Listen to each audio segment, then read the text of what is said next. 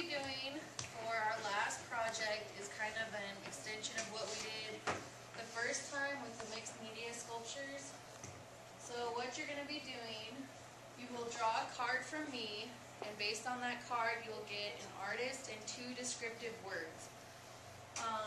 You'll do a short research paragraph for your artist, and then you'll pick one of the 2 descriptive words, and you will look up the definition online, and then you will put all of that together and email it to Ms. Horace. Based on your word, you're going to create a mixed media sculpture. So your goal for this is to create an abstract descriptive sculpture based on the word that's given to you.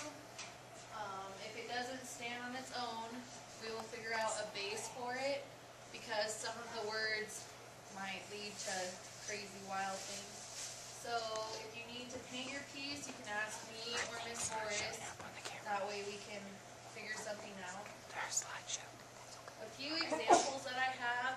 This would be a good example of exude, which is like seeping through something. So you can see where the horse connects to the wall, and then it gradually gets bigger.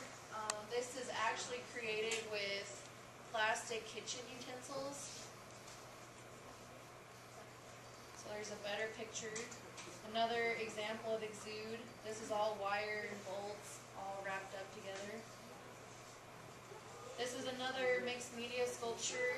He actually put a bunch of trash and plastic and wire together and then kind of compressed it. So this would actually work for compress and exude. This was just a bunch of mirrors they had coming out of the wall.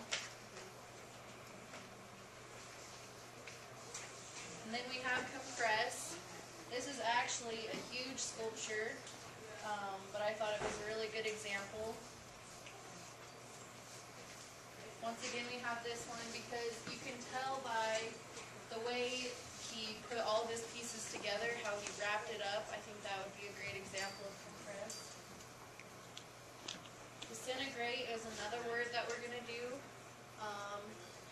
I chose these words because there's a huge selection of ways to go about it. Here was an installation piece. I thought that was a pretty good example. So I mean, depending on how big you guys want to go, that's kind of up to you. This is kind of a warm-up piece for your last project in here. And we have amplify.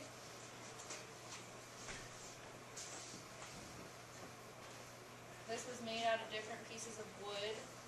Really good example how it kind of grows from the base. Books that were put together. Here's an example of heave. This was actually a plaster piece that was done. That was like 8 feet tall, really big. This lady was known for weird abstract installation art. There's another example. It's pretty simple, but it's a really good example of heave. And if you look up your definitions, that'll help too.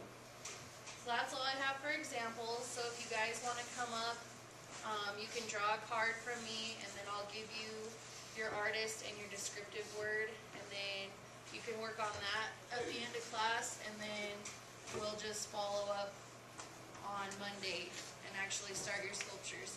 So if you guys have any ideas or want to brainstorm, we can do that. If you have anything at home that you might think that work for your word, go ahead and bring that in too. So we'll just kind of start brainstorming today and start doing your research. And that's it. I'm just going to add one more thing. Miss Hatton needs to find out when you absolutely have to have this due by, because I think this is a really cool project, and I'm willing to take this like a little bit further if her professor will let her. But if we can go longer than Monday, then we should see if we can do that and have it be due on that Friday. Okay. But we'll see. If we can't, we can't. But I think that we could do some really cool stuff with this, because those were some pretty heavy words. You guys probably have to get out your dictionary and figure out what they mean. And I have some definitions, so like I said, if you guys want to brainstorm, that would be cool. And A few of you will probably get the same word because I only chose like 6. So you can always kind of